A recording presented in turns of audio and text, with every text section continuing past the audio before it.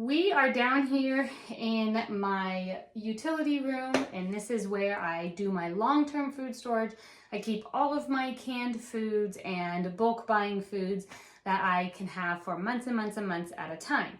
Let's talk about how do you know when your canned foods are no longer safe?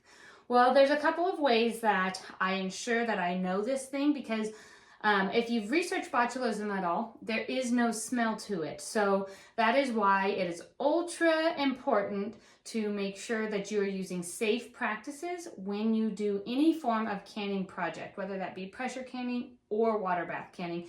You want to make sure that you're using nice clean jars. You want to make sure you're using good lids that are brand new so that your seal is brand new.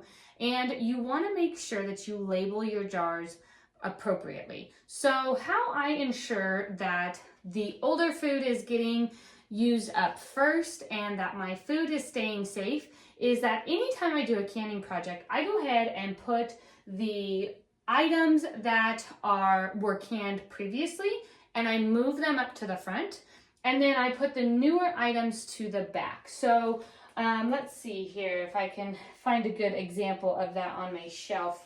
I have here some beef stew, and this has actually been since 2019 that I have this jar. And when I look at it, I don't see any odd color from it. And there is a little bit of fat on the top, but that's okay. But you'll notice that I don't have a ring on my jar.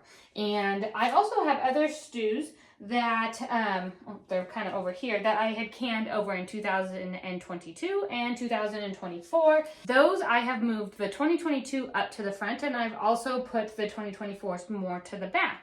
And the reason I do that is so that the older jars get used up first. But what you'll notice is that I don't have a ring on here. And this jar has not had a ring on since it was inside of the canner being pressure canned. The reason that I do that is because I know that this seal has been sealed since the day that I canned it. I checked the seal at the end once the jars were cooled down, removed the ring, and there hasn't been a ring on this jar since. Now, if this jar were to have come unsealed at all, I know that because there's no possible way that it can seal back down. So one of the safe practices to know that your jars are safe to eat and your food inside of it are safe is to not store your jars with the rings on. That way, if for any reason they become unsealed, you will know that and you will know immediately, and you know not to eat it. You can go ahead and dump the food.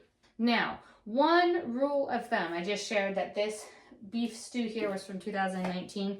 I feel safe eating it. We would heat it up just fine, and I don't have any problems with that. A rule of thumb typically is about a year that you want to consume that food, but I find that it can even go longer, but that is at your own discretion. And the reason that I'm okay with going longer than a year is because I know my practices are safe. I know I'm starting with very clean jars.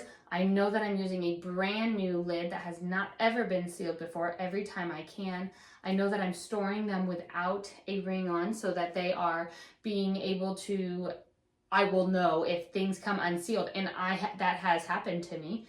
And the last reason is I label my jars. I never don't label. I always put the year, I always put the contents, and move my older items to the front. All of those practices ensure that you have safe food, and when in doubt, you open it and you see any form of mold growing on the top. If you smell anything sour, I would just go ahead and check the food. Now, in terms of botulism, that you can't see or you can't smell, so you want to make sure that you have safe practices so that you don't have that as a risk. Now, the risk of botulism is very, very, very small as long as you're using a safe practice.